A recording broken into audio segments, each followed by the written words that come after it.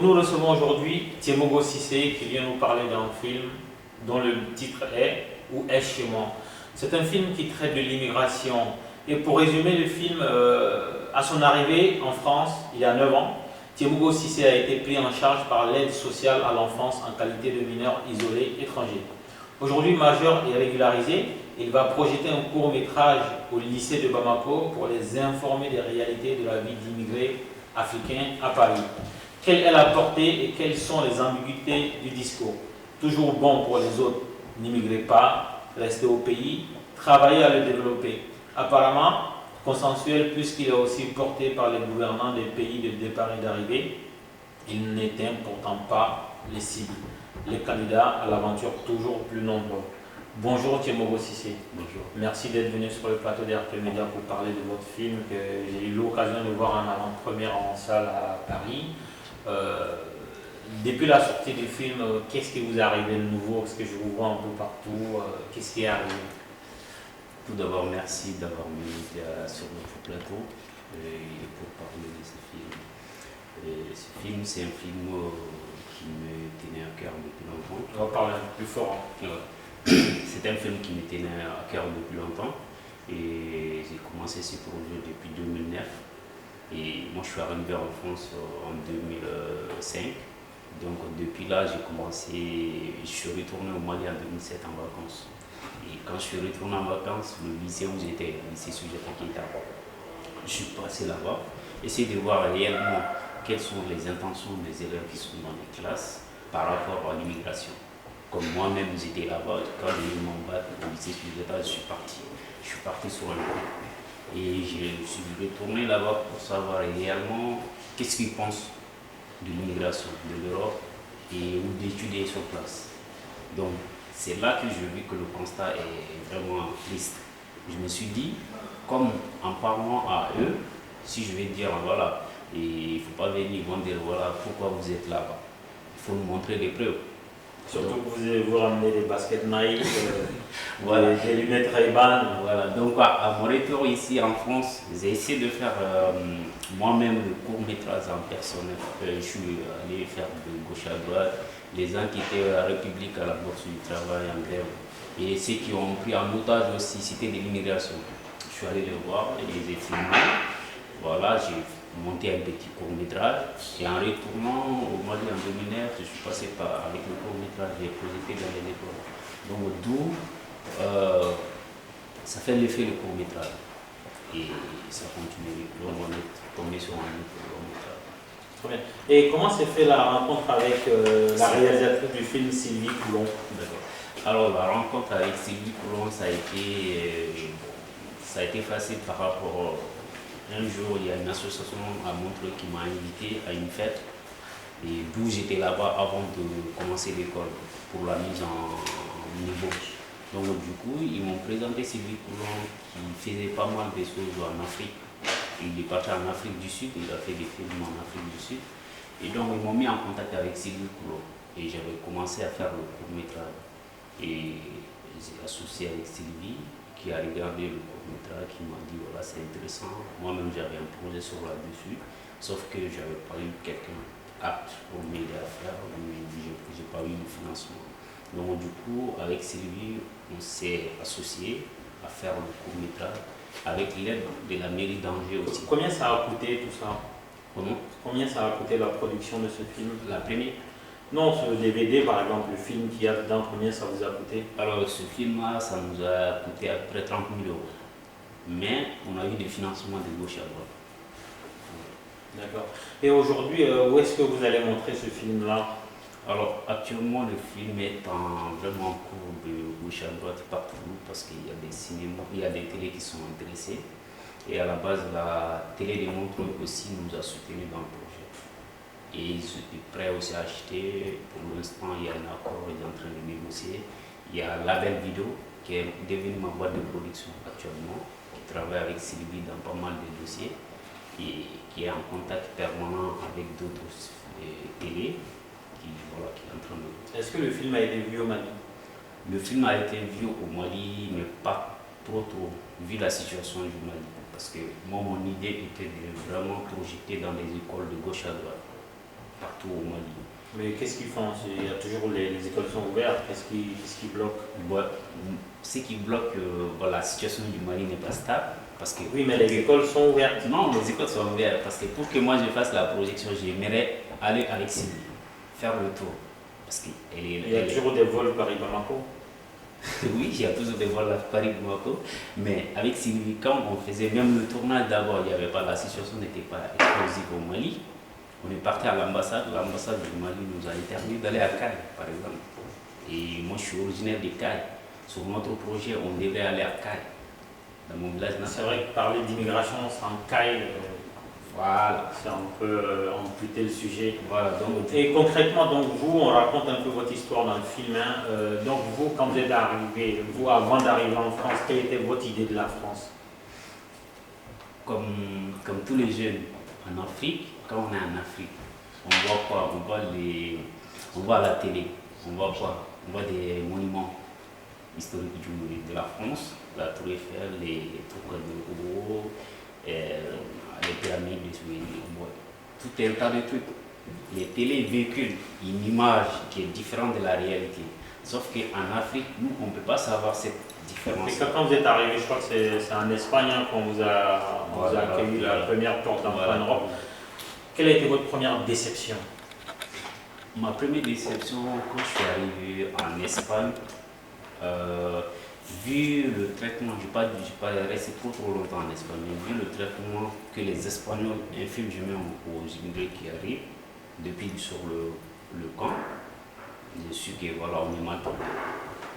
Est-ce que vous avez eu envie de retourner tout de suite ou vous vous êtes dit je suis déjà là? Ben, à la base, moi j'avais envie de retourner parce que j'avais eu mon bac et je me suis dit c'est pas la peine, je vais retourner. Une petite histoire.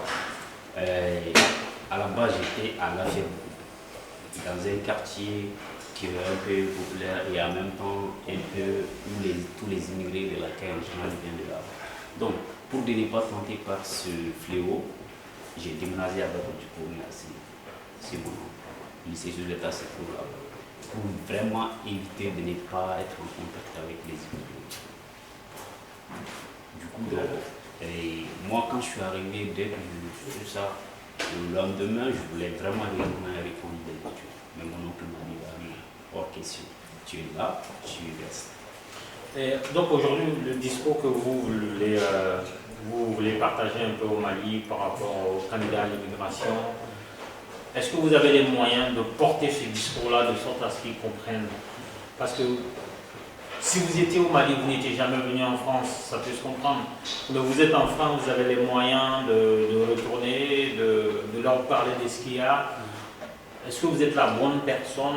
Enfin, pas forcément vous en particulier, mais je veux dire les gens qui vivent en France, qui disent aux gens au Mali, ne venez pas, il y a ceci, cela, c'est-à-dire que vous avez parcouru les mêmes galères. Et vous avez entre guillemets réussi pour eux, parce que vous êtes quand même revenu à bord d'un avion, vous êtes venu par la route, vous êtes revenu par l'avion avec un billet retour. Est-ce que le discours il peut passer, de façon générale? Le discours peut passer, pourquoi il peut passer? Parce que quand on parle comme ça, la première fois que je suis parti, le discours n'était pas passé. Parce que je n'avais pas de preuves pour le montrer. Comme quoi la vie en France est égale à la vie en France, il y a ceci, il y a cela. Donc ça ne se passe pas. Parce qu'il y a pas mal de gens qui posent la question, et si c'est ça, pourquoi vous êtes là? Il faut venir, on va rester ensemble ici. Donc, mais avec l'image, je pense que le discours est différent. Parce que depuis mon court-métrage, j'ai su que vraiment les gens ont compris les autres. Et après le long-métrage aussi, j'ai su que les gens, parce qu'il y a pas mal, dans Soundiata, même lycée Soundiata, je connais une dizaine de personnes qui vraiment avaient un peu abandonné les cours, parce qu'ils ne viennent pas à l'école, ils avaient l'idée d'aller en Espagne ou de prendre la route d'Italie. Mais là, avec le film, vraiment, ils ont changé le discours. Et ils ont changé la mentalité. Et même devenu maintenant une sorte de porte-parole des jeunes. Parce que, mais qu'est-ce qu'on donne à des gens au Mali, des gens qui sont à Caille? Caille, c'est une région très pauvre, qui dépend exclusivement des transferts d'argent, des transferts de fonds de la part des migrants originaires de la zone. Qu'est-ce que vous donnez à des jeunes qui ont abandonné les écoles, qui ne sont pas allés à l'école, dont les familles attendent certainement des choses. Qu'est-ce que vous leur donnez en remplacement d'un départ pour l'Europe? Qu'est-ce que vous pouvez leur donner pour qu'ils restent sur place? Bon, que ce soit la région des Cailles ou ailleurs, au Mali, toutes les régions sont pareilles. Sauf que la région du Caille, moi je suis originaire de là-bas. La région du Caille, on est confronté à une sorte de philosophie qui ne passe plus. C'est-à-dire, mon oncle est en France, mon grand frère est en France, il faut que je vienne en France.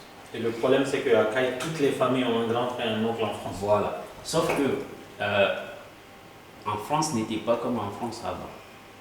Les grands frères qui sont là, c'est ça, là, on projette des films dans des foyers. On sensibilise les gens qui sont dans des foyers. Éviter de faire ça parce que moi, personnellement, ma village natale, on a perdu plus de 12 personnes dans l'accident de l'Italie passé. Les oncles sont venus me voir. Je le dis clairement les choses.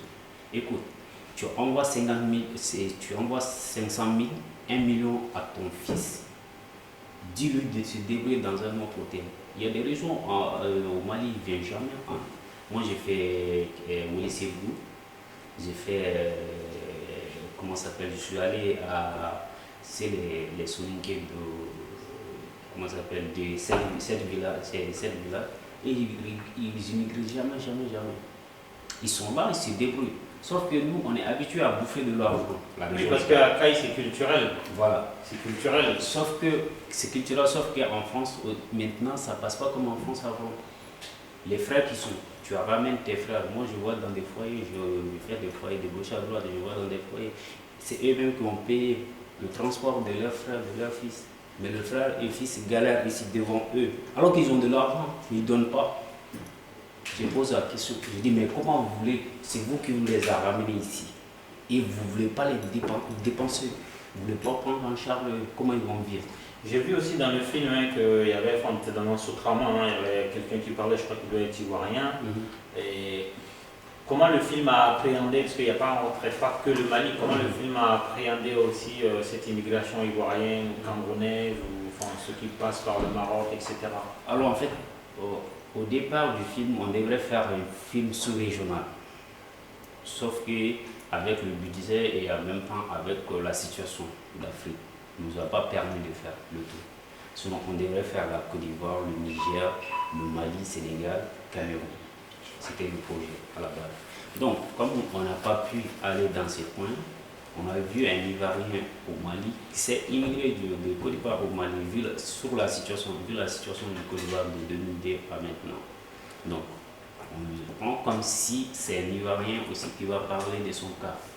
Donc, c'est pour cela, voilà, lui, il est venu dans le... Mais lui aussi, il parlait de ce que je viens de vous dire.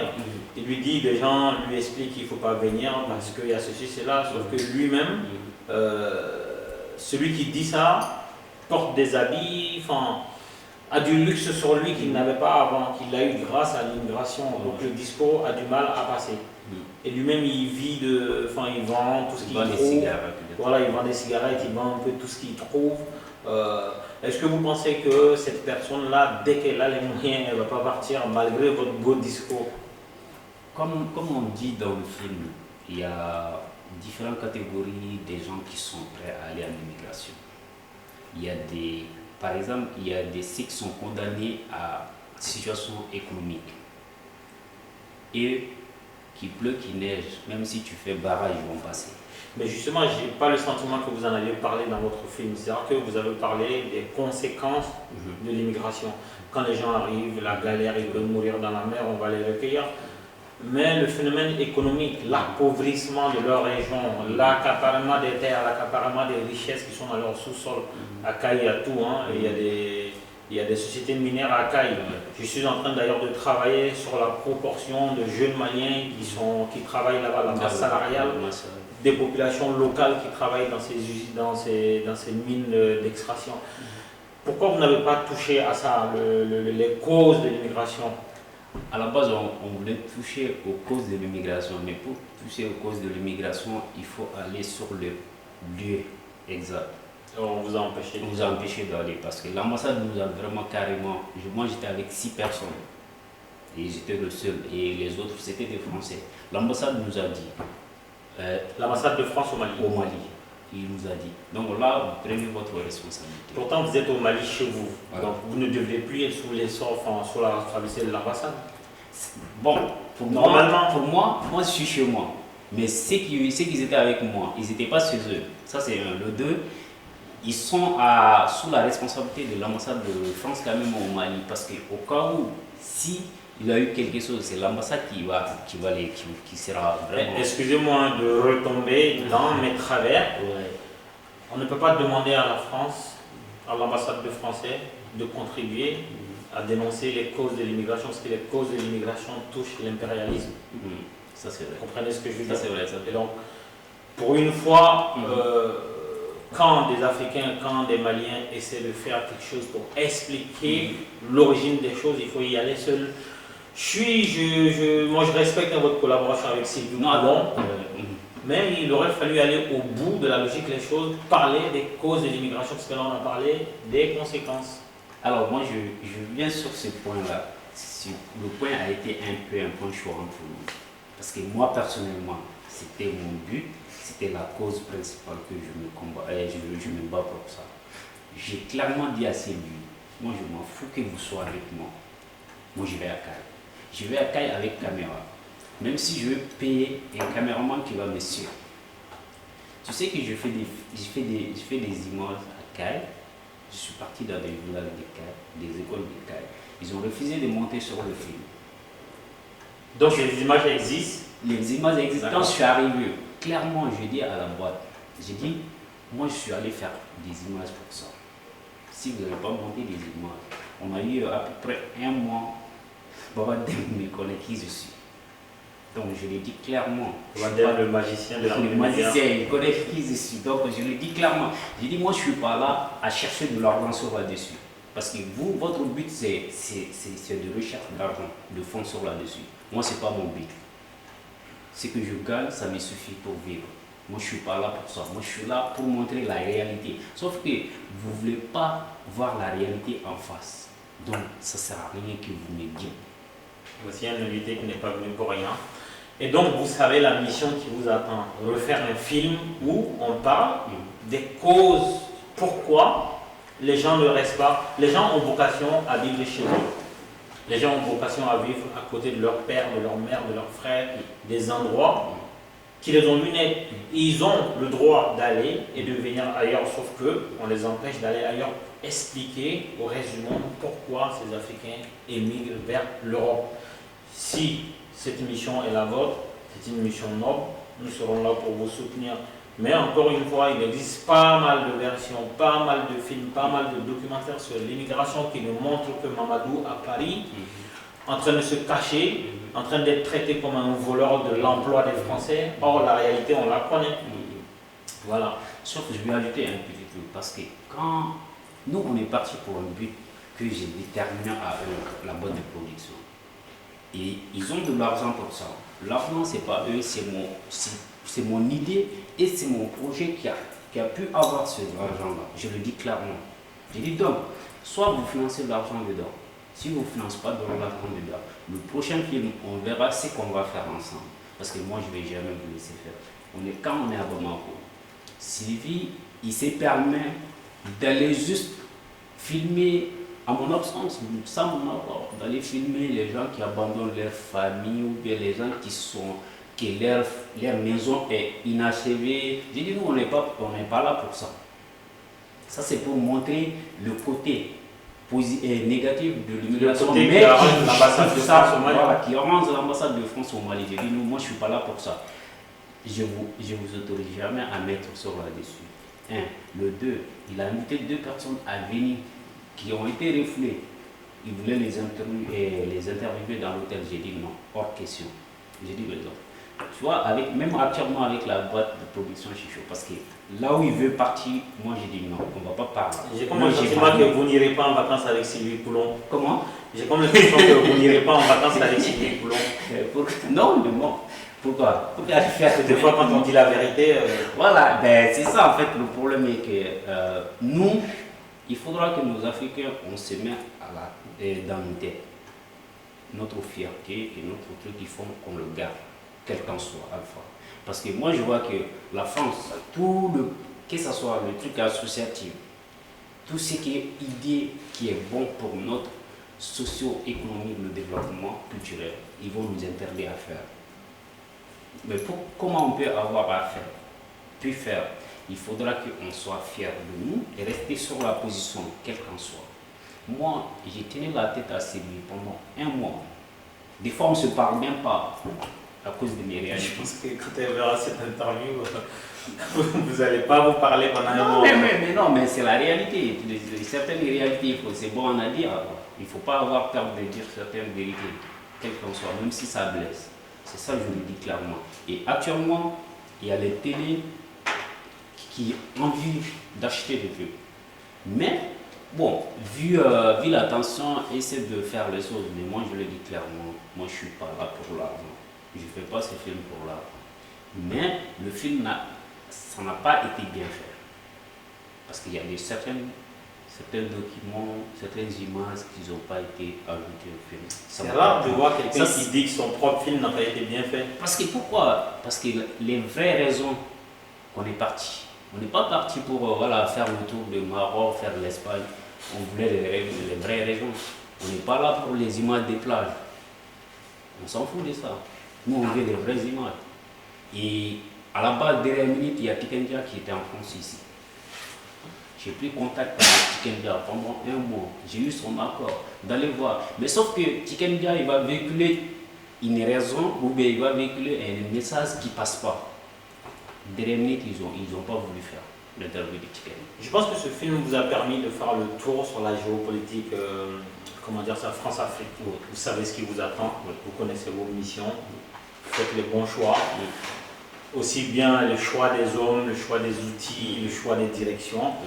Nous, on sera là en tant que média panafricain, petit média, donc on n'a aucune raison de faire plaisir à qui que ce soit, de vous suivre. Personnellement, moi, je suis très très content de certains font des livres, d'autres font des films.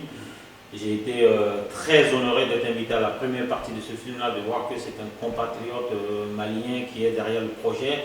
Et de vous entendre tenir ce discours-là face à une mastodonte de communication, de production, moi je suis soulagé quelque part et je vous souhaite de continuer sur cette voie-là, de pouvoir réaliser le vrai projet qui vous tient à cœur.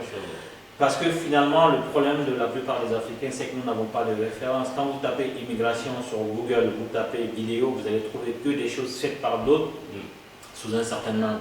Aujourd'hui, nous avons besoin de multiplier des actes de jeunes Africains qui donnent leur propre version des événements. Et vous êtes sur la voie et tous mes encouragements. Merci. Voilà. En tout cas, merci d'être venu sur le plateau d'RP Média une fois de plus pour parler de ce sujet-là qui nous englobe tous, que vous soyez Maliens, Ivoiriens, Sénégalais, Guinéens. Tout le monde est préoccupé aujourd'hui par l'immigration et on nous montre que les Noirs qui meurent, on ne nous montre pas la phase où on les appauvrit pour les envoyer sur la mer. Donc merci Timo. Je vous en prie. À la prochaine. À la prochaine.